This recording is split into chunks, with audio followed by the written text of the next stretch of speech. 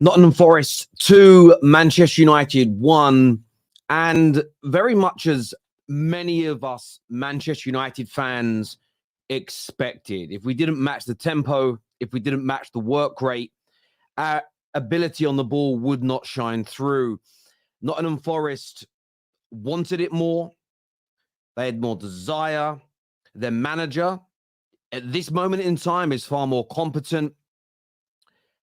And as I said to a lot of people, a lot of people, after the comeback against Villa, I'll praise the improvements in the team. But anybody that expected, anybody that believed that there would be a fundamental improvement was deluding themselves. That is our 9th defeat of this Premier League campaign. I repeat, 9th defeat. It's also the 14th defeat of the season in its entirety. That is the first time in 93 years that Man United have 14 defeats before the new year turns. The first time in 93 years. And what went wrong today? Well, first of all, starting lineup. You could argue is probably about as good as it could be, although I still think you start Ahmad over Anthony. But first of all, he starts the game, and instead of playing Eriksen deep, as he did against Villa, he plays Eriksen in the kind of roaming 8 role with Bruno on the other side, exposing young Kobe Mainoo, which we've done all season and has hurt us all campaign. So there we have a tactical decision from the manager, which was horrendous. Then what we get is a disaster from Marcus Rashford up front. He is not a number 9. Play an academy 9. Play someone that maybe can hold up the ball and help us keep our shape. Disastrous decision from the manager. Disastrous performance from him. You have Garnacho, who I congratulate and said thank you to on the goal. He made a good decision and a good pass. But Garnacho all game was absolutely horrendous. His touch was awful. He was an absolute shadow of the player we saw the other night. Why, though? I think he's better on that right-hand side. Anthony, who should not have played, faking a hamstring injury when he's walking off.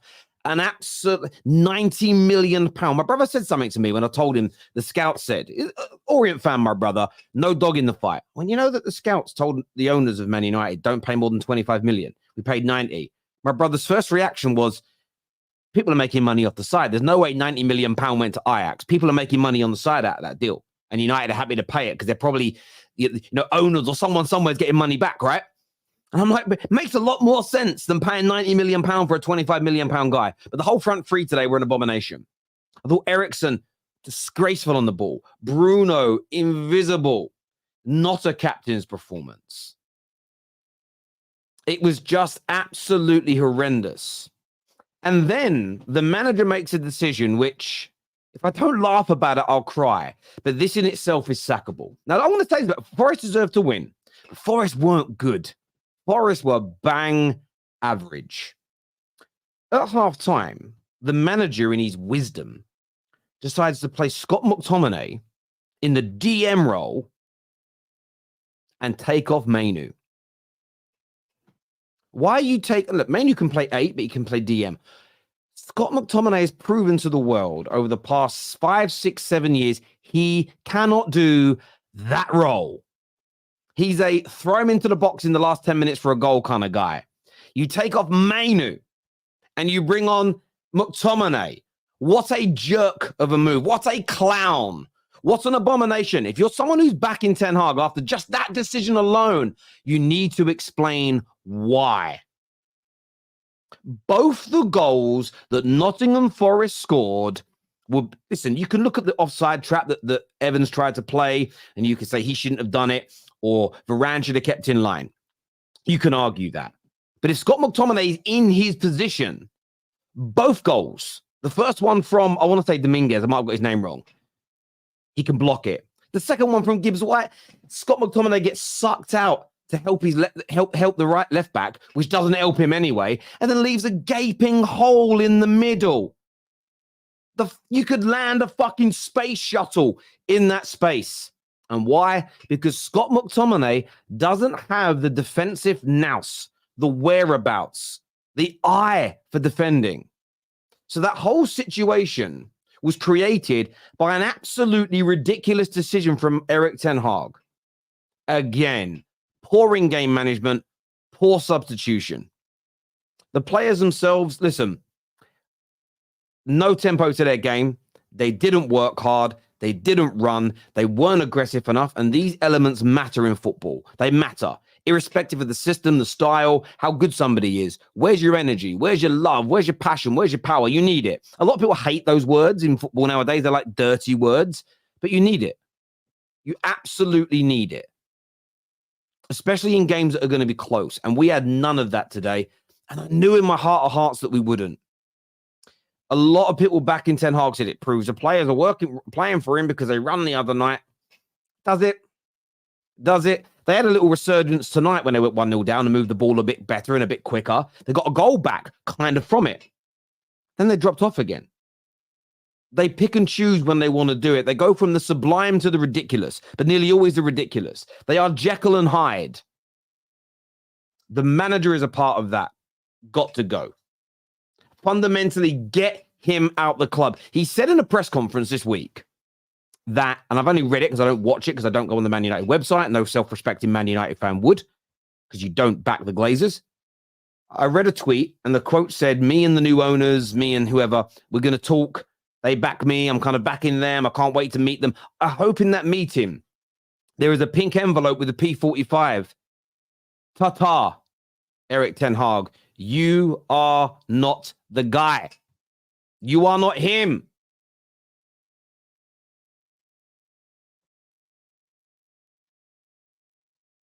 You are not him. You are not that guy. You've got to go. You are not turning this around. And I keep getting called a bad Man United fan, a fake Man United fan because I want him gone. Nobody yet has given me a single reason that makes sense as to why he's going to turn it around. I don't want to hit injuries. Yes, we will improve results with our players back, but we're never going to create a system and a style that's going to be good enough to win.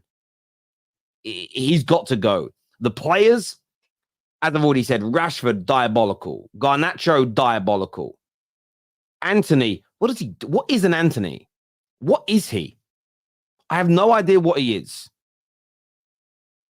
I have no idea. He's a fucking fidget spinner with acne. That's all he is, bruv. That's it. He's an absolutely horrendous football player. He really is. And that front three just epitomize everything that's wrong with this club. The manager's system of playing the 2-8s, Scott McTominay coming on, the fact that we're even in a position that Johnny Evans has got to play. He didn't do that badly today, but the fact he's even on the pitch is embarrassing for us. No fit left backs at the football club. A horrendous goalkeeper that's always got a mistake in him. And that's just not today. I'm looking at the overarching defeats in the league this year. It's just an absolute stone cold embarrassment. And some of these players have got to go. And I don't care about saving almost any of them. The newer you are, the more likely I'm happy for you to stay. So look, Højlund, yes, and young Mainoo, yes. Probably Garnacho. Varane's older, but I'd still keep him. I honestly can't tell you another player that genuinely, hand on heart right now, I'd go, we must. Casemiro, I'd keep. Outside of that, who you keep him? Why? Sell the lot over the next 3 years. Sell the goddamn lot.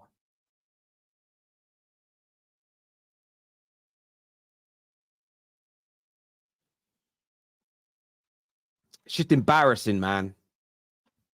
Absolutely embarrassing. If you're only just tuning in, I'm going to say the stat again. It's the first time in 93 years that we've lost 14 games before the new year.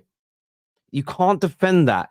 In a rebuild or not, it is absolutely indefensible.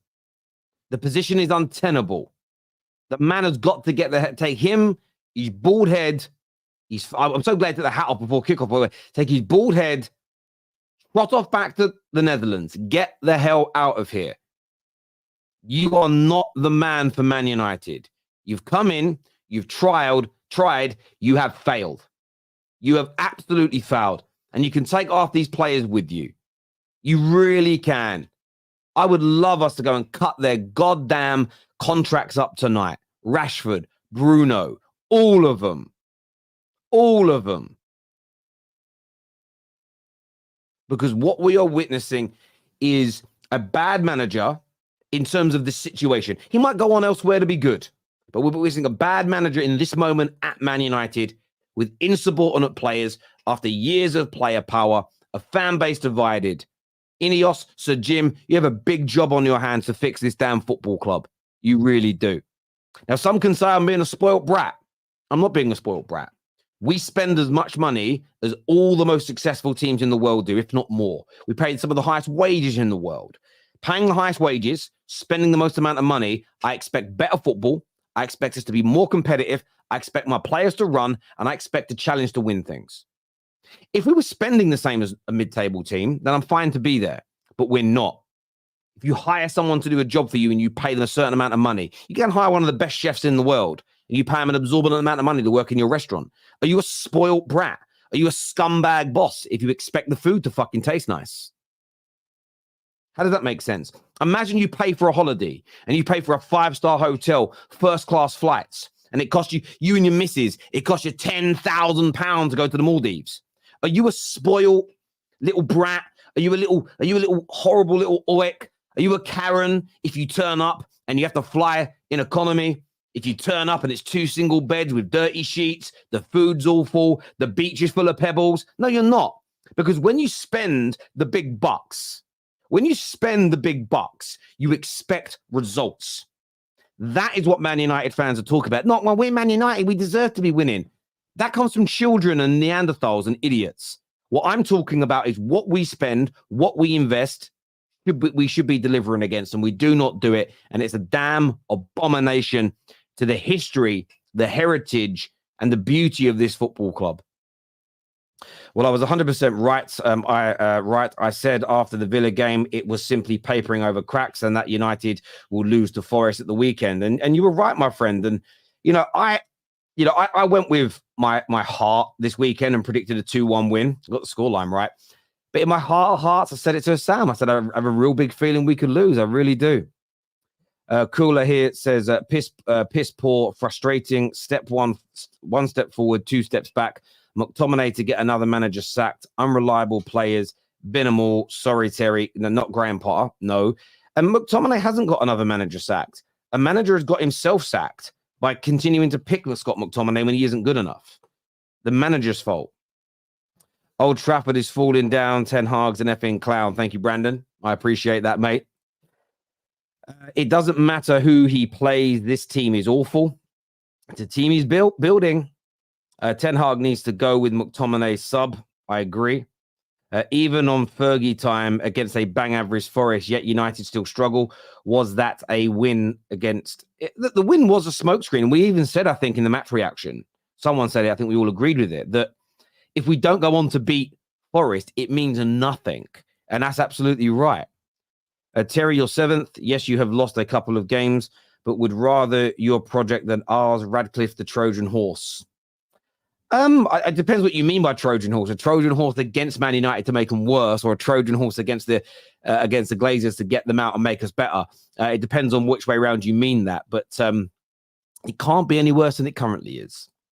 I believe Mainoo was injured. Hannibal, I would rather have him there than Scott. Look, if it turns out that Mainoo's injured, then that softens the blow slightly. But at the same time, Scott McTominay, really? I'd give someone else a go. He's awful there. When Ten Hag is going to realize that McTominay is a liability, he was like Aled Jones for both goals. Walking in the air. I like that. It still puzzles me that Man United supporters continue to support this manager. Watching United is no fun anymore, and I hate the Glazers' theory being blamed for everything. Well, you're wrong about that. If the manager's here and he's failing, they employed him, they sanctioned his spending, they sanctioned his project. not a club project, his project. They sanctioned that. So it still falls back on the Glazers. They are at fault for everything that goes wrong when you go to the root cause of the problem. That doesn't mean that you can't criticize elements and symptoms. Players playing badly, the manager needing to be sacked. Both need to be. The problem is with a lot of Man United fans, they're very basic when they speak about this. It's either all the Glazers and defend the players and manager, or it's all one player or all just the manager and just selling them and moving them on fixes the club. Having a conversation about the actual problem has been crazy. We've tried to do it on the football terrace since 2017, and it's always so polarizing. And I don't know what it must have been a lack of nourishment from certain people got as a child. I don't know what it is that makes it's not you personally, but I don't understand what it is that's, you know, and you're right.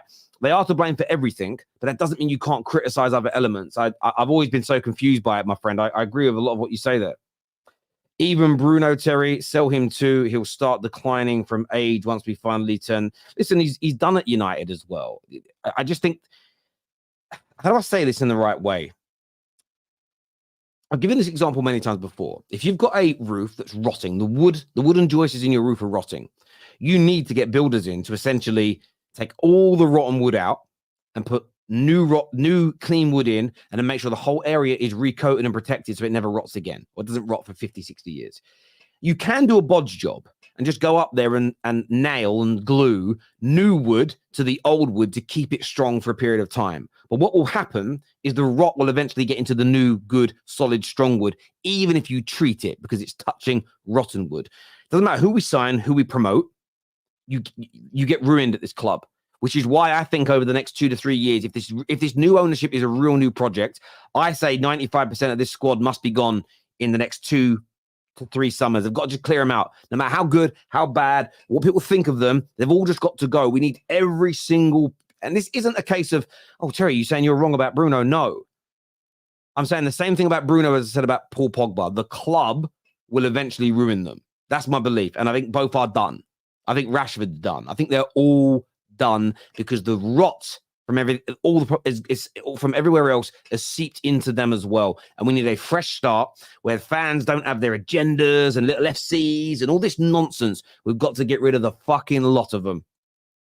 Has anyone told you kind of look like Ollie Murs? Listen, I've heard Ollie Murs has been told that as well, that he looks like Terry Fleurs and he loves it, so appreciate that. He's in better shape than me though right now.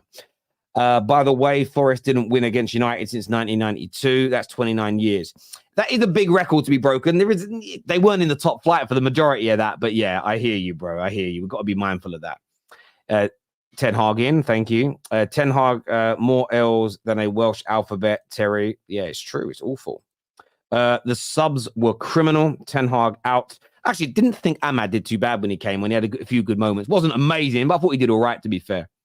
Man United were terrible tonight. Ten Hag has to go. Which players should join him? Love the show. Bro, I genuinely mean it. It's not about, I'm not picking on Bruno or Rashford to single them out. Same thing that I said about Pogba a few years ago. It's like, it's not even about whether he's good enough or not. I just think his time's done. Move him on. And a lot of these players will go elsewhere and do well. Like a change is as good as a rest, but we need a full clear out. None of this, I hope Sancho or I hope Rashford can turn it around with this new manager. Move them all on. He can't do it straight away, but over the next 2 to 3 summers, move the damn lot of them. Radcliffe can't be worse than it is now. United fans never learn, do you? You said the exact same thing when Ten Hag came in. No, I didn't. So, well, I didn't. Not if you listen to the nuance. I said that Ten Hag will not improve us if we don't change at core level of the club. So nothing's changed from my point of view. So you're reacting to what I've said. I don't think we'll become exponentially worse with new people running the football club and bringing in footballing experts to make footballing decisions. I'm not saying we'll become the best in the world again, but I don't believe we'll get worse than where we are right now over a medium-term plan, even if the Glazers are still part owners, because a big part is how we're run at a core footballing level, my friend. So that's where I stand on that. Look, panel time now, people. We've got Cam, we've got Dizzy, we've got KJ here with me after another disastrous night for the football club. KJ, first of all, what did you make of United's performance and application tonight? He was poor, as most of the season has been. They were very slow and languid and lethargic in the first half, and the second half, as soon as Nottingham Forest scored, it just looked like they gave up. I believe our goal was very fortunate in the fact that Turner was not having a good game, and Rashford and Garnacho capitalized on that moment. But up until that point, everything was half-hearted for the entire game, and I'm not surprised, Terry. I'm not surprised. Like, legit, this was the most United thing to do: make a comeback against Villa at home, and then lose away to Nottingham Forest. Like everyone knew that was coming. When you predicted 2-1, I'm sitting there thinking, Terry, we all know what's gonna happen, man. Like, your golden goals, I'm trying to win you 2 million here. You know what I'm saying? Like, well, don't go with your heart when it comes to Man United. You know what I'm saying? Like, I predicted a 1-0 loss, and I was fuming because I'm like, at least if we lose, I could have got potentially golden goals stuff. But no, you know what I'm saying? Like, it is what it is. Yeah, we've got just a massive issue. Ten Hag he's done. He needs to go. He just needs to go. I know Cam, he's a wise man, and is saying don't get rid of him because there's no point, because who else is out there? I don't care at this point, Cam, and everyone else with sense. I don't care. Get him gone. I don't care who. I didn't say don't. I just don't see the point. No. But you're saying that's what I mean. Like, you don't see the point. I don't see the point of doing anything but sacking. Just get rid of him. I don't care. I don't care if it makes sense or don't make sense, because this team don't make sense. This club don't make sense. So let's just be all chaotic. Why don't everyone just be chaos? Because that's what this club is. When we're on the pitch, it's chaotic. Off the pitch, chaotic. You got Brailsford and Fergie sitting there. I wonder what's going through their minds when they're watching this. I know Fergie's probably weeping inside because he's had to watch his club flipping die a slow death ever since he left. And Brailsford is probably thinking, yo, what on earth do I have to do to get this going again? Because this is more than heart surgery. This is literally implosion. Blow the whole thing up and start again. And you know what? I'm going to quote Lee Gunner. Knock the stadium down. Knock it down. Knock the stadium down. Knock everything down. Because that's all we've got to do. Our forward line is rubbish. Anthony's probably the worst winger I've ever seen play for Man United, and I've seen Bebe. You know what I'm saying? Ahmad comes on. He did more than Anthony in 10 minutes than Anthony's done in the entire season. That's how bad Anthony's been. Rashford, he's not a striker, but also his game's not at Man United right now. He just doesn't look like he can be bothered because we're crap. Garnacho's trying, but he's young. Midfield, what combination works? We have a little glimpse of something that could work, and it just flops straight away anyway, because Ten Hag can't stick to anything. The defense is obviously bare injuries in it. So you got old man Evans, who's trying his best, and Varane, who also, again, doesn't look like he can be bothered because we're crap. And then we've got Onana in goal, who essentially just like, he's trying to not go to AFCON. Go to AFCON, my brother. I don't need you here today. I don't need you anywhere near the team at this moment in time. And then we have Ten Hag. I used to call him the best bold manager in the league. Now he's just bold. He's not even the best or good or manager. He's just there. He's just there to fill up a name on the sheet of staff. That's all he's here to do. I don't understand. So yeah, man, our performance was poor. Everything's poor. And but I'm not shocked or surprised. I'm just ready for there to be chaos. Let the chaos begin. The thing is as well, but it's not about there being chaos. I don't even think you need to pick a brand new manager right now. I know that we've done an interim before, but this is a different circumstance we're in now. There is clearly issues between him and lots of the players in the dressing room. We've lost 14 games before the new year. Just move him on. There's loads of problems that need fixing. Start with fixing this one by moving him and his team on. Put somebody in a position who can come in and look after us for a short period of time whilst they're finding the new individual. Equally, I'm sure the new owners already know who they want anyway. So go and just get him. Like, they're not going to decide that in 3 or 4 weeks. Stick it. I just don't see a world where this turns around. I want to ask you, Cam. It's another defeat. 93 years since we've lost this many games before the new year.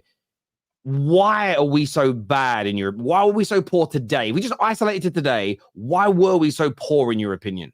Fuck. So, I mean, last show I said 1-0 comfortably, but my caveat was if we made the right personnel decisions.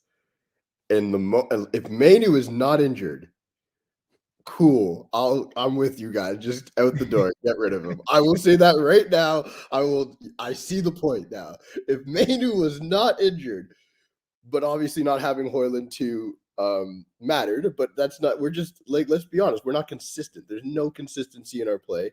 There's nothing. When you look at United week in, week out, you cannot say this is how we're going to play. This is what we're going to do. Antony is trash. Like, I mean, I used to say I used to be like, well, we look better with him in the team. You know, I was very, you guys know me. I don't like coming down on our players until there's full on reason. Well, now there's more than reason. Like, this guy should be converted to a right back. Cool. He'd probably be a good right wing back or something, but him out there is like having nobody. It's basically our right flank is dead again. So why have we been bad 93? If you look at this, same problem we had for how many years? We thought we fixed with Jadon Sancho. Then we played him on the left. We buy this Antony guy. He's trash. Lord, if Diallo can be healthy, like this is the thing, like just play the kids who are showing us something. Diallo played for 10 minutes today, whatever it felt like 10 minutes. He was there for more than that and looked worlds better than Antony. It's just like it's on the manager. Like I don't know what else to say. Like realistically, man, we're this bad because the manager is this bad. Like the Mainoo, you called it out at the start. I was watching that goal when Morgan Gibbs White scored, and I'm like, hey yo, Scott, why are you doubling up on Alanga? Delo's got him. He's cool. Let him. He's fine. There is absolutely no reason to double up there. Goes to Gibbs White, and I'm like, that's a goal. Like he's got. But Cam, both goals were his fault. Both goals were his fault. Insane. The first one, he just ball watches he literally is ball watching. He's jogging. He looks at the man, watches the ball, watches the ball, tries to go over to him. Oh no, it's gone in. You know what's crazy? This myth that since Scott McTominay is like jacked and tall or whatever, he can play DM. It's a myth. It's terrible. Anyway, that's what I got. We're trash, and just big up Dizzy. I like that Akatsuki do-rag. Oh yeah, Akatsuki flipping do-rag, man. Repping. We love that. Dizzy, just in isolation, we're going to get on some wider problems in a bit, but in terms of isolations tonight, we didn't run, we didn't press, the shape was awful. What do you put it down to? Is this the players not being good enough? Are they not working hard enough? Is it the manager's decisions? Like, what went wrong tonight, in your opinion, for the club? I think the players aren't good enough. That's obviously goes without saying. They haven't been good enough for a long time. The signings that we've made haven't helped in making them good enough. But I think we are better than what we are showing at the moment. And to me, that goes down to the manager. To me, the players look like they're not sure what they're supposed to be doing. They don't look like they've been well drilled enough. Or actually, no, take it back. They don't look like they believe in what the plan is. Maybe Ten Hag does have a plan and he's trying to do something. Either they don't know it or they don't believe in it. Because the minute that they get on the pitch, they die almost immediately. We're at the start of the season, we're playing the first 10, 20 minutes playing well, and then the plan kind of went out the window as soon as some adversity hit. Now it looked like the plan goes out the window the minute the game starts, to be honest. So yeah, and then obviously the substitutions, boy oh boy. When I saw Mainoo come off, I was like, ooh, yeah, this could get interesting. The game definitely livened up a bit. It was a lot more back and forth. So at least it wasn't like one of those where you're falling asleep. The game got more exciting. No, listen, it got more busy. That's for sure. But that's because not because of the introduction of Scott McTominay. That's because Forest decided, actually, wait a sec, these guys suck. These guys are terrible. Let's actually score goals. That's what happened, man.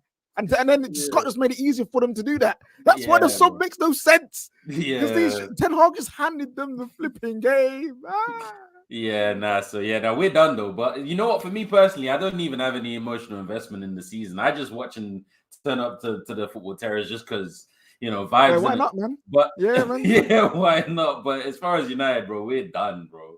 We are done. I tweeted, we're actually a relegation team, and people think I'm joking when I'm saying my goal for the season is survival. Get me my 40 to 45 points, whatever how much it takes, and then the season is done. The FA Cup against Wigan on the weekend next week. If we get knocked out by Wigan, I would not be surprised, nor will I care, because we ain't winning FA Cup anyway. We just need the season to be finished. And then sorry. Go on, Terry. But this is why 7, 8 weeks ago, when it wasn't even about all the defeats. It was when he said, and I know I'm paraphrasing here, but I stand by it. I'm not trying to play my style of football. Everything made sense to me. That's why the football ain't getting better. That's why I'm not seeing the passing and the movement and the shape improving. Maybe that's also why, and I'm not defending the players. They've still got to go. But maybe that's why the players are like, hang on. It's a bit, in life, if you get, I'm just trying to give an example here that would work. we've got a manager in that plays a style of football that I think excites everybody. The players must have thought, wow, look who we're getting. Look how we're going to play. And then you don't. The level of disappointment in that must be crazy. Imagine you start, I don't know how many famous, say you start dating Nigella Lawson. You both know who she is? Yeah. Really famous chef. Okay, you know what I mean? Nigella, really famous, good-looking chef. Imagine you start dating her. She don't cook. I'm not saying she's got to cook every day, right? But you'd be thinking, some of our dinners are going to be banging, right? And imagine she never cooks for you. You're going to be a bit disappointed. If a woman gets with Gordon Ramsay and he goes, I ain't cooking at home, by the way, then you're going to be disappointed. I think you are in life. There are sometimes you get with people. Imagine this, KJ. Well, you're getting married. I won't use you as an example. Dizzy. Imagine you start dating an amazing singer. You're dating Rihanna. And if you don't sing at home at all, you'd be a little gutted. You'd be like, I'm going to get a few little private little concerts here. You'd be gutted. And I think in life, that's how it was. When you get a manager like Ten Hag, and then he tries to play football like Sam Allardyce, of course you're going to be angry and disappointed. I'm angry and disappointed. It's as simple and straightforward as that. At the end of the day, for me, sometimes certain times, whether you're the manager at your club, whether it's the type of employee that you get, whether it's a partner that you start dating or a friend that you get that has a particular skill, how annoyed would you be if you never get to see it? This manager created a really good footballing team out of our Ajax. Look where they are now without him. The football, everything was brilliant. To not get a glimpse of that is crazy. So that for me, right, that's why I'm annoyed, though, what you said about Wigan. Because from my point of view, I leave Rihanna out of it. I'm sorry, boys. I'm just giving an example. The point I'm making is this. A long-winded point, but I'm making it. Is we could have saved our season 6, 7, 8 weeks ago. If the club was better run, if we were in a better position, we could go, this ain't working. This guy ain't trying to play the style of football. Things are not going to get better because, as he told us, he ain't coaching the team to get better. He's coaching us to play the way we've been failing under for 3 to 4 years. That is the bit for me where I'm like, ding, ding, ding, ding, ding, ding. How have people not woken up and smelt the coffee on this? We are not getting the Ten Hag we all thought we were going to get. The same as if you hire I've said it before.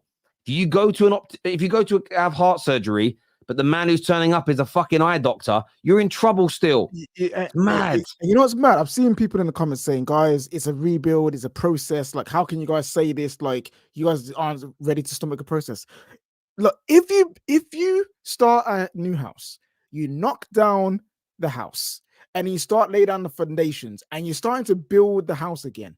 But then what you do is you knock it back down again halfway through and just say, guys, don't worry, wife and kids. Just trust the process. I know you're freezing in the cold because we haven't got a house, but I've made the house worse to make it better. No. And then the getting worse part is year one. Year one is where you get worse. And then to add on to that, to go backwards, to go forward, it's dumb. This process is crap. It's not a good process. If you're in a job, sorry, DZ, you're in a job and you start a new process to try and improve business, but Lord beholds, it don't work and your business gets less, you don't just say to the staff, guys, just to stick with it because it's a process and we must. No, you stop and change to make sure you can get business back up and running again. So processes aren't just there just to follow because you have to. The process has to work to follow it. Otherwise, there is no point of a process. Yeah, I mean, this here says you would be more upset if Rihanna didn't have a good concert because you're paying for it, as fuck all to do with her being in your house. Listen, I think that's probably an even better example. Like I said it earlier when I was ranting, people said I'm spoiled for wanting to win. It's like, no, I'm not. We pay more salary and more than anyone in the Prem, and we spend as much as anybody else in the world on players. I expect results from that. The point I'm making in life, I'm talking about the players individually. So go back to my actual point. It wasn't about the fans being disappointed. It was about the players probably thinking, oh my God, look what we're about to get. And you're not getting an element of that manager that you expected. And the point I'm making in life is, you say, you go out to a Gordon Ramsay restaurant and they serve you shit food. I get from a fan point of view, it's crazy. But imagine you hire Gordon Ramsay, but he says, oh, you know my signature dishes that you've seen that you love? Yeah, I'm not making them here. You're going to be disappointed. It's as simple and as straightforward as that. Let's do some of the super chats here that have come in. Happy news, Lindelof, new contract. We're still doing this thing, right? And do you know what I'm going to say on this? I was 5-6 years ago, I was gaslit into believing this. That, oh yeah, but we do it, it preserves the value. Well, how's that work for us when we've sold players so cheaply? I don't want to hear it. Anyone that ain't playing regularly or part of the first team plans, move them on. 22 goals in 20 games. That's shocking. Of course it is. It absolutely is. We have a mediocre pretender as our captain, and the team played rubbish, but smart people want to make it about McTomiany. We've been so again. I want to slow it down here, my friend. Okay, so we haven't even got onto that side of things yet. I've mentioned selling Bruno as well. We're not having a go at Scott McTominay per se. We are talking about the fact that Scott McTominay came onto a DM position. Both goals then were through holes that he created on the pitch through not being in his position.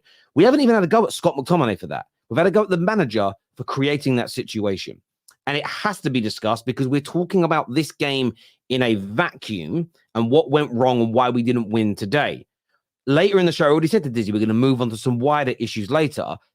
And one of the things on the agenda is players like Rashford and Bruno, and I want to talk about them. So we will get to that, my friend. McTominay is not being scapegoated by any means. The only way to save United is bring back Fergie. Leave him alone. Leave him alone, Brandon. Leave him alone. Let him rest. But yeah, Brandon, what are you here to say, mate? Do you know what? Right, I think there'll be a lot of rival fans out there that will take the piss. And, you know, rightly so, because of where Manchester United are at the moment. And I want to be serious when I say this, so don't laugh, right? But is Sam Allardyce actually available? No. We'll see you later. We'll get ready for that. Yeah, backstage, go away. I don't want to talk about it. Just stop it. Stop it. Tell. Listen. The reason why I'm making this point, right, is because, like you just pointed out, you've got a manager there who wants to play a completely different style of football, right? Who did it at Ajax, did it very well at Ajax. It's very clear to see that Manchester United don't play that style of football under him, are never going to play that style of football under him. So if you're going down this route of playing counter-attacking football because maybe your personnel is not good enough, whatever it may be, at least a manager like Sam Allardyce will get you defending better, because I think that's the biggest thing with Man United, right? When it comes to the way that you're playing at the moment, you're not good enough in both boxes. Like, attacking wise, you know, Marcus Rashford, what did he have today? 4 touches? I think his first touch inside the box was when he scored. And then defending wise, like, some of your defending's been atrocious this season, absolutely atrocious. So a manager like a Sam Allardyce, who sets up to defend more and then hit on the counter, will probably get better out of these players, in all seriousness, right? Yeah, Brandon, I'm not even going to lie. Conte's available. If you want to... Yeah, or Conte. There. And then again, right, for as poor as Man United have been, that's your 9th defeat this season in the Premier League, 15, you know, in all competitions. You're only 9 points off Arsenal. Like, if you get this right, and you sack this manager now and get the next appointment right to get the best out of the players that are currently at the club, you could still make top 4. That's how crazy this is. Do you know what I mean? I hear that. I hear it. Logically and mathematically, that makes sense. Cool. But in reality, where we are as a club, we don't actually need no resurgence. We don't need no scraping top 4 out of nowhere. We don't need that. We literally need shock to reality, back down to the floor. Let's just literally rebuild the whole thing. So that's why, listen, I don't want Champions League because we get embarrassed again. I don't want Europa League. I don't even want Conference League because why are we there?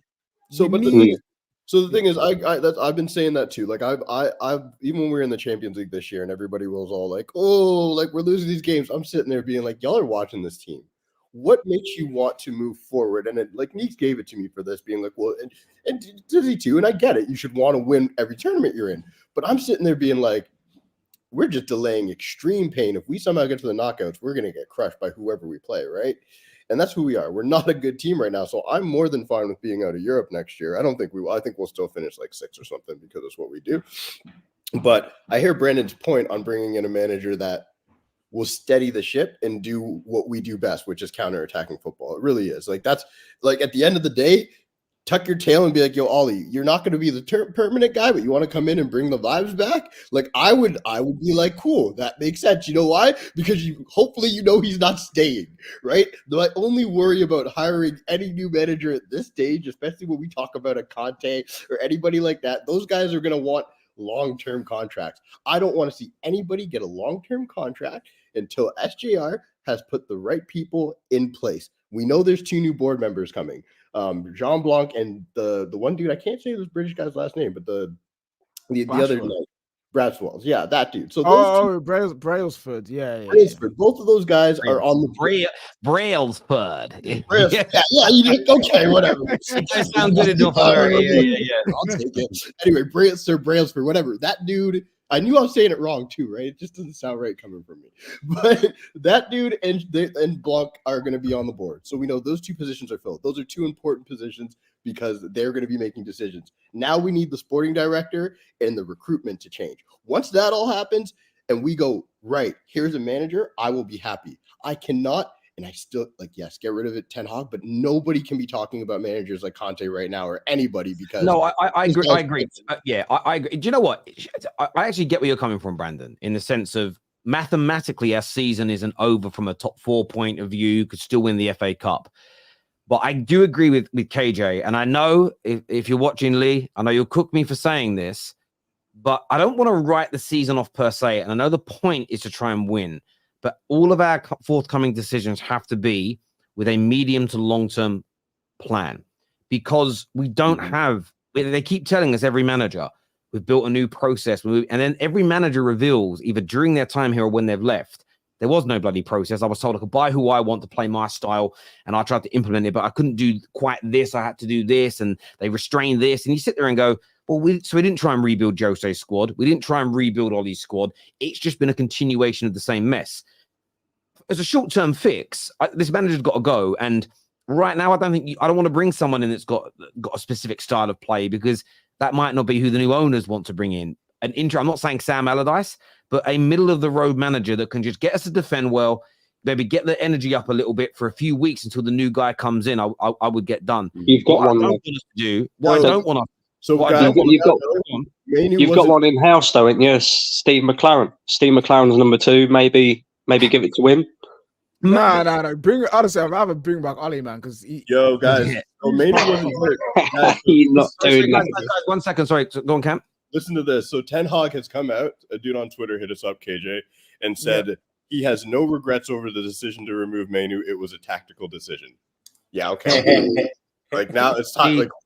You're done the same as the rest of us, and you're done because Ten Hag saying that is absolutely crazy. It's like Rihanna. It's like Rihanna not giving you your own personal concert and then lying and saying, "Oh, actually, my throat's sore. That's why." It's I'm getting there again. No, it's ridiculous. Him saying that is a madness. And I kind of get that he's not going to come out because we've said before, a la Sancho, that we don't want the manager coming out and saying, Scott McTominay was crap. I made the wrong decision. But the fact that he is with it, but what you do is you say, I should have brought Scott on, but maybe not for Mainoo. Maybe I should have done it. No, you can just lie. Say he's got injury. Lie. Well, yeah, no, but I turn around and think I don't want him to lie. I want him to. I want him to. No, I don't. I want him to tell the truth to a degree. I want him to say, I made a mistake. Now, you don't need to throw Scott McTominay under the bus. I made a mistake. You say, I made a mistake. I should have left Mainoo on and done something else different with Scott McTominay. That's all you've got to say. And then you leave it there. But him saying what he said, it's the delusion that's coming through this man that I genuinely believe this. He is so stressed at failing. He's not even seeing his mistakes now. He is blinded. He cannot see it. He cannot see his mistakes. And that's not defending him. But this is where good owners go, but I can see it. You're gone, brother. Because he's going to keep doing this until somebody sacks him. He's going to keep making these mistakes until somebody sacks him off. It's crazy. And I don't know who the interim would be. I'd have to put some time and thought into it. It's not my job per se, but because that's always people's challenge. Who would you bring in? That's a really good question. I would look for a short-term interim until they're ready to bring the new guy in. I don't care who the new guy is, but whatever it does, it has to fit the plan of action the club's going to put in place because we need something better than this. And AJ, him now admitting that Mainoo's was tactical, what does that say to you? He's an idiot. that's all I can say. I don't like saying that about my manager, but he's been a fool. He has lost his mind. Like there's nothing left within this guy in a football context where it's like he's just making poor decision after poor decision after poor decision, and he is wrong and strong. He's just backing his poor decisions, and at that point, I now have to think you're incompetent. Mm-hmm. I can no longer think you are an intelligent man making bad decisions by mistake. You are literally just incompetent at your job now. That's all I can see. And I haven't said it out fully. Yeah, I've been very frustrated. But Ten Hag out is where I sit now. Like he just has to go. He just has to go. I'm in the same boat as Terry, where he says I don't like players being thrown under the bus, but I think in the situation when the change you made clearly didn't work, like both goals were Scott's fault. You could have easily just said something like, Scott wasn't set up for success. My bad. I read the game wrong. Cool. That's taking ownership. In this moment, when you say, nah, I stand by the decision, I would do it again. You're like, oh, cool. So you're going to continuously make bad decisions that are causing us to lose games. Now that's like me going into my job and being like to my boss, I made a mistake, and be like, but goddamn, I lost you $100K. I do it again. Happily. Sorry, go on, Dizzy. Go on, brother. And here now we've all arrived at my conclusion that I've had for a while now. It's not that I don't think that Ten Hag is a good coach. I'm sure he could go somewhere and be a great coach.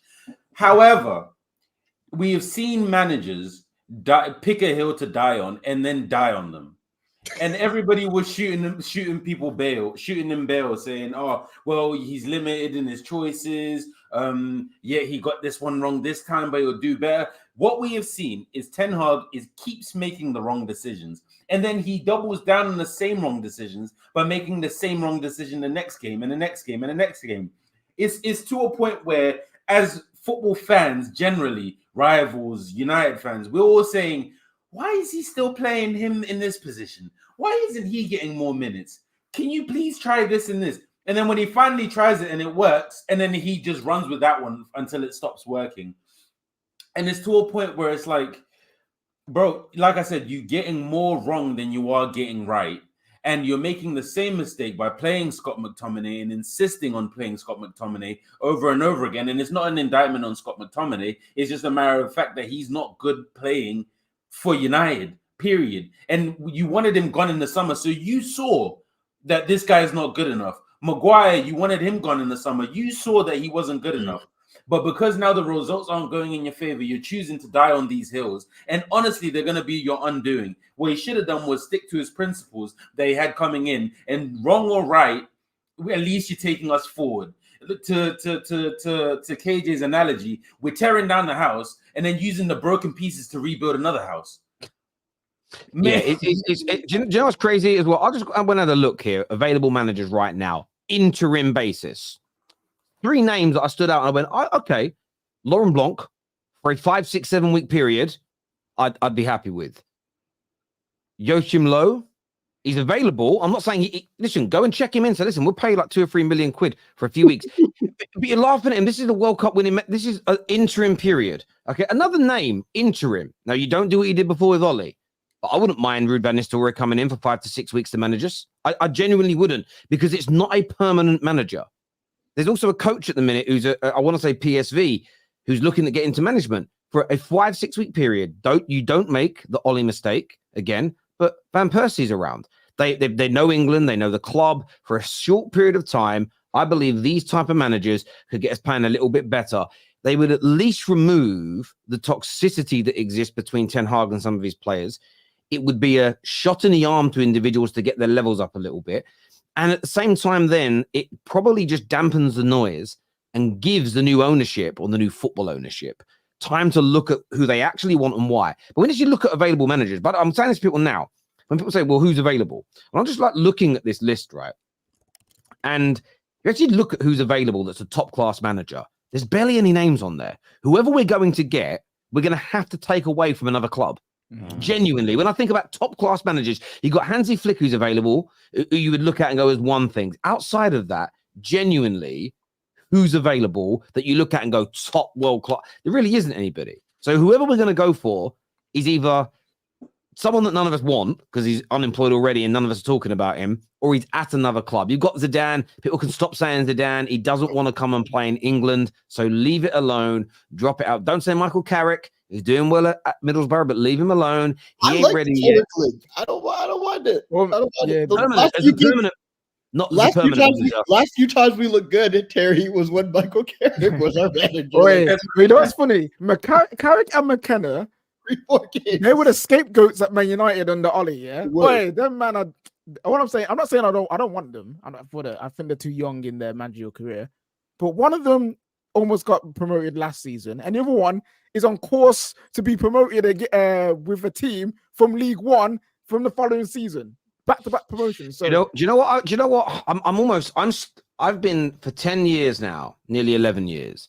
I've been hoping for some modern football at Man United, like really good, fast-paced modern football, and we've never got it. So this is what I want. Give me an interim for a few weeks, get the new ownership in, and pay whatever it takes to bring in Diego Simeone. Just bring him in. Like, I wouldn't mind him long term. He's a winner. I think that a club like Man United, I think he is someone that's a winner, but I also think he's a builder. I don't think what would help Man United right now is someone that needs a ready-made team, because whoever comes in long term is going to have to build. All the other building managers that are available have no real experience of winning the major trophies. So you then come to that point of, but could they win a league title? Could they win a Champions League? And the football surrounding Diego Simeone, it is a myth that they play horrible defensive football in every single game. They do it at times against better footballing teams than them, but pound for pound, they can't even compete with the two biggest teams in Spain. That is right now is where my mind's at. Like, genuinely it is. Someone who's a winner, who is a builder, because that is what we need. But it'll probably end up going to somebody who isn't like that. So if people want to know, that's what I would do. Boys, I want to ask you about some of our players as well. And I want to start with Bruno Fernades, because this is a player that I think a lot of us fell in love with when he first joined. Goals galore, assists everywhere, still has high levels of creation now. But as the captain is faded, he's despised by at least 50% of the fan base. Is he a player that when the new rebuild, quote unquote rebuild, starts, is he a player that we should look to sacrifice and move on sooner rather than later, in your opinion? I want to go to Dizzy first on this, bro. Well, first thing is, how do you want to play? There is a style of play where Bruno Fernades is the perfect archetype to be in that team. Secondly, I think the problem with Bruno Fernades is, he came in on such a high that he was never ever going to sustain it, and any fall off from that would be met with this level of sort of vitriol, I suppose. And then two, I think he's getting the Pogba treatment. I think everybody expects world class from him. So literally every game that anything short of that is like, well, no, he's crap anyway. I've said it, he's crap, get him gone. When the reality of the situation, you look at it, fam, the midfield is so imbalanced. I don't know who you could toss into that midfield that could actually create chances and do anything meaningful in this team. When you have McTomiany behind you, who struggles to make 5-yard passes and hides behind players, and then you got an 18-year-old who just got here, and then if it's not him, then God knows who else is in that midfield. And then you got forwards. I think collectively they're on 5 goals this season. I don't know, but I think if you wanted to make a statement, I'm fine with Bruno Fernades getting sacrificed. I think he's good. I don't think he's world class. I don't think he's a world beater by any stretch of the imagination. I think he's just a very good player. But if we're trying to build a system that doesn't fit him, I don't think he's a type of player where you have to shoehorn him into a team at all. I don't think that's the case. He is, again, the Pogba example is actually a very good example to have, because just like Pogba, he's also a luxury player. If you have a team who can keep the ball well enough, you have to build around him. You have to say, look, he will try all these foolish, mad passes. Most of the time won't come off, but when it does, it's amazing. We need players that can get the ball back, keep the ball, and put him in positions where he can assist or score. That's the kind of team that you need to have for Bruno. But unfortunately, in 2023, going into 24, luxury players are not in style. You just can't have them. Everyone has to work. Everyone has to keep the ball. Everyone has to contribute in a positive way. And because of that, we can't have him here. Like, I don't say if we had a midfield that kept the ball well, I just don't see how he fits that, because at any moment he can lose it. You know, like if listen, I know I can see where you're gonna come, what angle you're gonna come with, but unfortunately, I just don't think this team or how we would like to play in the future as fans suits a player like Bruno Fernades. I think he's a good carrier of a team, maybe at a lower level. Obviously, at Sporting, he's doing well. National level, he does well too. But I think the weight of Man United has proven too much for him. And that's okay, because it's proven too much for nearly every player since Fergie left. So it's not like a poor indictment on him that he can't carry the weight of Man United on his shoulders. No player can.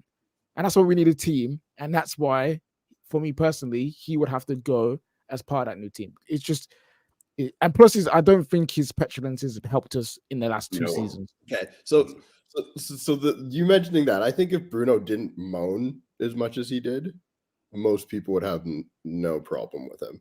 I think the moaning is what bothers people. I don't care at all. It doesn't bother me at all. I truly, and obviously the losing the ball, I think that was a perfect analogy when it comes to the Pogba treatment. When Pogba was the only player on our team that was any good, all of a sudden everything was his fault. I mean, there's been people who have hated on Bruno since when him and Pogba were here because we chose to like Bruno because he was producing or whatnot. All the Balance fans have basically kind of stuck by him. I don't agree with this notion of like people. There's people literally out there who say Bruno's not good and he's trash and he's just. It's like let's keep it a buck. The guy is a good footballer. He really is. Like, the problem with our team is, as we all see it, is, and I disagree. I think if you do have a midfield behind him who can keep the ball and you can recycle and get the ball to him and be like, all right, Bruno, do what you got to do, create chances, get those shots off. You can build a team that works with him. I think there's no issues with that. Like, I'm sorry, we're looking at, and Brandon, like your team with Arsenal, yeah, you guys got a lot of pretty footballers who play with the ball around the box, Odegaard, those guys. But when it comes to taking on that shot and making something happen, you don't have that guy. And I'm sure in some moments you would love a guy like Bruno who you're like, oh, that dude just said, fuck it, I'm going to take this shot on and I'm going to do something special for the team. Our team is very far away from that. So, yes, he is a luxury player in that sense. But I think if you were to do something like Salah Rashford, who you guys know I love Rashford, and bring like a Rafael Leao and bring in other wingers, guys who who can add width to your team, who can whip balls in, who can recycle the ball and do things that don't just leave it all on Bruno to create, I do think you'll see a player who's not just always trying the Hollywood pass, who's not always trying to do it himself. Because I think at this stage, when you look at our team, Pogba was the same way. People would get on Pogba for staying on the ball, dribbling around, looking around. Guess what? Because there was nobody else. He was like, well, I got to do it because our whole team sucks. I think it's very tough for me to say sacrifice Bruno first. I think you start building and then you start making decisions around, okay, does he have to go? Because you're basically saying get rid of your best. I'm sorry, he's our best player in my opinion. But, you know, kind of crazy for me. And I hear that, but then Arsenal had the same thing with Aubameyang and Ozil and all these different players. Can I jump in? Right. Yeah, how old is Bruno Fernades? 28, 29, something like that. 29. So if you think of it as a long-term thing, I think you get rid of him anyway, because kind of like what KJ was saying, his inability to retain possession more than anything else. Like you say, he's a luxury player. And you can have luxury players in your team, but the rest of the team has to to beat Manchester City and Liverpool and even Arsenal now to a league title. You have to work hard on and off the ball and be able to retain possession really well. The one thing that I say, like, for example, the best comparison for me would be Liverpool, because Mo Salah's more of a luxury player. He probably is a player that loses possession of the ball more often than not, but because he's got that structure around him, that the rest of the team around him works so hard to retain the ball and to get the ball back, as well as Salah, then you don't really see that so much. And he kind of is the one who comes up with the goals, the assists and all that. And I think Bruno Fernades could do a similar thing for Manchester United. But the amount of time that it's going to take you guys to rebuild and get this squad proper, with every player around the pitch working hard on and off the ball, retaining the ball well, I think Bruno Fernades will be past his best by then. So Mm. I'd look to get rid of him now, while you can get decent money in for him, as well as other luxury players that you got in the team, like Rashford, for example. Who Do you know what? I think it's really good points everybody's making on this. Some people will want him gone because they don't think he's good enough. I'm just going to respect that opinion. It's not worth the argument 4 or 5 years in. We know what the pros and cons are. I think it's right.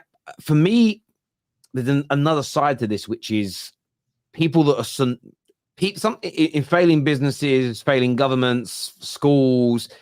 There's people that become synonymous with that failure, whether it's their fault directly, indirectly, or they're part of a collective. And I feel that there are many players over the last 10 years. If you think about the last 10 years, Fellaini's face always pops into my head. Pogba's always pops into my head. Lukaku pops into my head. Obviously, the managers all pop into my head as an example. There's loads of players that I look at and I think, and whether it's their decline, whether it's they didn't reach the standard we expected, I always think about Falcao and how excited I was about him. They're for different reasons. Bruno's another player that when you think of our failures, I think his face is there. Rashford's another player. When you think of our failings, his face is there. Sometimes the best thing we can do, and also you all know how powerful I think fan bases are. There is such a toxic relationship between those two players specifically and the fans. Some that love them, some that hate them. If you remove them, yes, if you're someone who loves them, you're going to go for a bit of, your guy weren't good enough. Nor was their guy in the fight between the two, right? Because they're all bloody gone. But then you bring somebody new in, and if you're bringing them into a new environment, and that's what we're hoping for, we're talking about this in the context of a new environment, it removes some of that anger, that toxicity, some of those problems, and hopefully it can galvanize the fan base, which is also what's going to be needed for us to try and get back to the top. So I think there's footballing reasons to move them on. I think there could be system reasons, as Dizzy pointed out. At the same time, I just think removing a poster boy of failure is also a good move, and it will also send a message through that dressing room. You don't, whether you're the captain, whether you're the star boy of this team, if you don't perform right, or if your attitude's not right, or if your face don't fit the system, not the face don't fit, it's probably the wrong expression for it, because that's more about personality. If you don't fit what we're trying to do anymore, you're done out here. That is how Man United used to operate when we were successful. It's how City operate now. It's how Madrid operate now. It's how, listen, they're a much smaller club than us, but it's how Brighton operate now.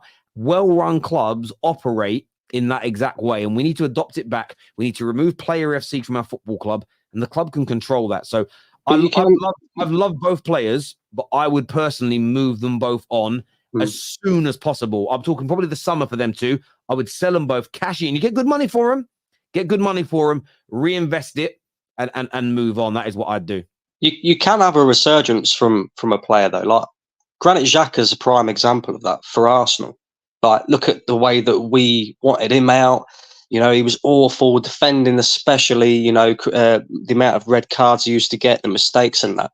But then when you got a team around him and you push him a bit further forward, so he's not in the area where he can make mistakes and he can actually thrive, then you see the best of Granit Xhaka. And I think if you was to do that with Bruno Fernades, build a team around him, let him thrive at what he does, like creating goals and assists and stuff like that, then I think you see a different Bruno Fernades altogether.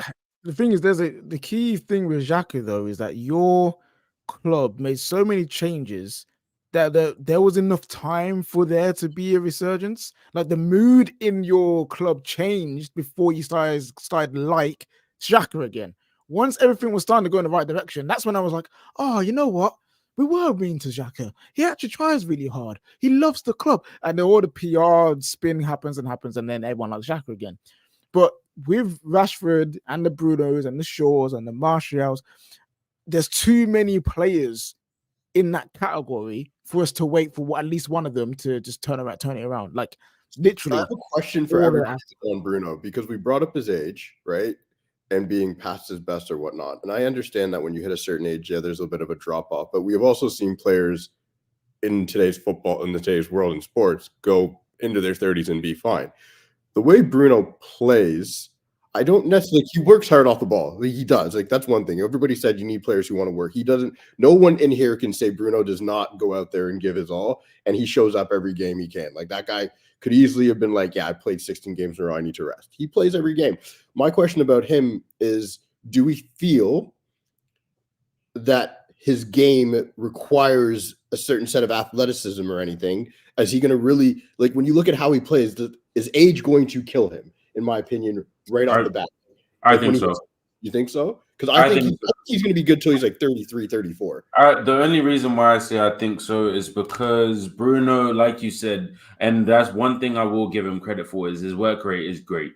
He does chase every loose ball, and you know, he'll run his socks off, he'll cover every blade of grass, etc., etc.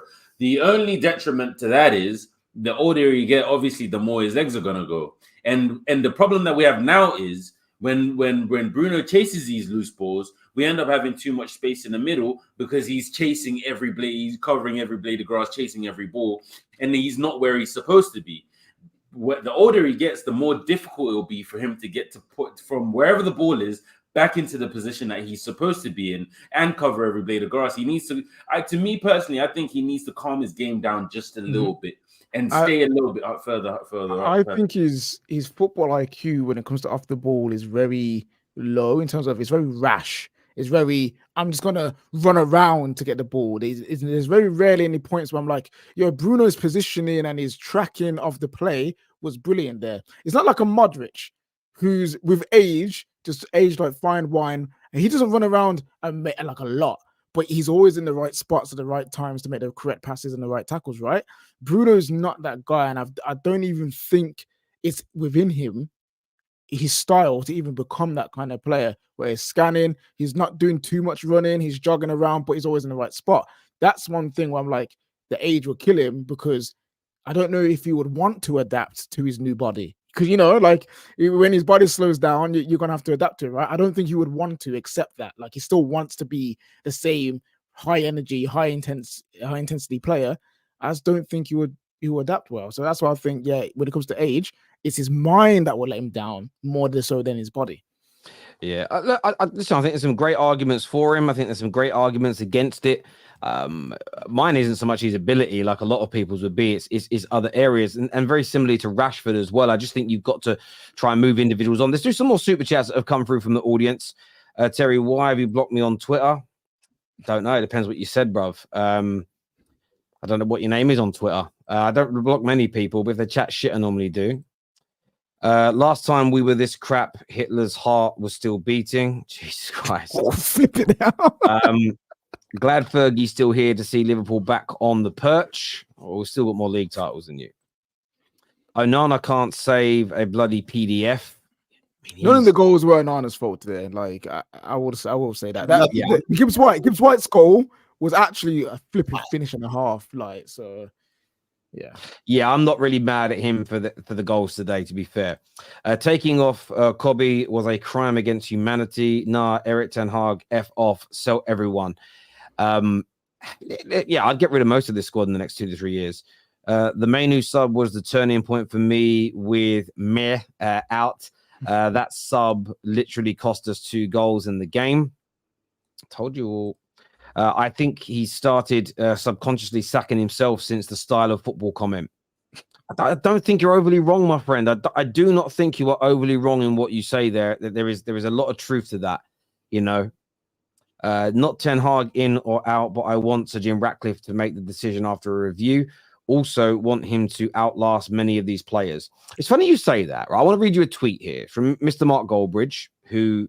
I respect a lot of what he does and his opinions. He said this: fans have every right to sack Ten Hag, but it'll empower these lazy players to have sacked 2 other managers. And if we're replacing him, we need take time to find the right person. 3, a strategic review over the next 4 months will be far better if we have the manager's input. The problem that you have with that, I think the final point, it makes sense unless he's got a lot of tarnished relationships. If he's got tarnished relationships, is that input going to be what you want? The thing is, you can sack this manager and also stop the empowerment of these lazy players. And the advantage we have this time around is we literally have new people coming in to run it. So and that's not a dig at Goldbridge. He's also said I'm no longer opposing to changing the manager as well, which he was a few weeks ago. And to this super chat, I'm with you. I want Sir Jim to come in and do something. But I just don't see a world where Ten Hag turns this round. Does anyone have an example of a manager going through what Ten Hag is going through? New ownership, have come in and stuck with that manager and they've turned it round. No, I can't think of an example. Every So, new ownership that I've seen always sacks the guy that was there. I've not seen a new ownership stick with the manager that they put in because it's not their man. It's not the guy they picked. No, probably is it one like what? Look, Chelsea did it with Tuchel and he won Champions League. You know what I'm saying? He won trophies and they got rid of him. You saw it with Saudi and Steve Bruce. They knew they were sacking him. They're acting like they weren't going to do it. They're going to see what he can do. Nah, they knew he was gone for the moment they stepped in. You see, even oh yeah, they knew. They knew. They knew 110%.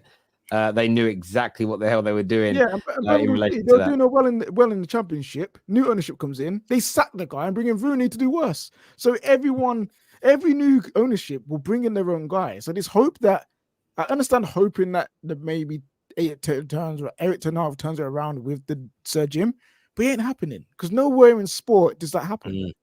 Yeah, can't find that Ten Hag quote on Mainoo anywhere. I mean, people only sent it through. Let me just again. That's quote. If someone's made that quote up, Ten Hag now. Daniel Lockhurst also has confirmed it, saying it was removal tactical, and he has no regrets about the decision. Yeah, Okay. the midfield was not the reason like we conceded to. He said he said it in ways where he's back. Yeah.